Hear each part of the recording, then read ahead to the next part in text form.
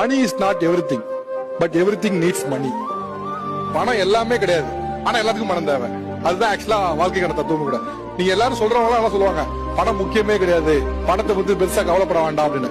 ஆக்சுவலா சொல்ல போனா பணம் முக்கியமே கிடையாது நீங்க சொல்றதுக்குமே கூட உங்களுக்கு ஒரு ஸ்டேட்டஸ் தேவை. அந்த ஸ்டேட்டஸ்ல இருந்து நீங்க சொன்னீங்கன்னா பா செம்மையா பேசுறாப்ல தத்துவம் இல்ல அப்படிம்பாங்க.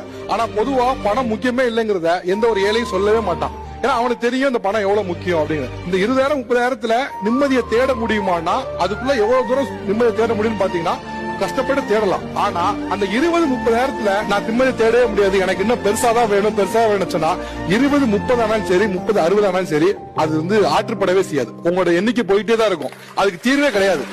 அதுக்காக நான் 20,000-30,000 நீங்க தேங்கிடுங்கன்னு சொல்ல மாட்டேன்.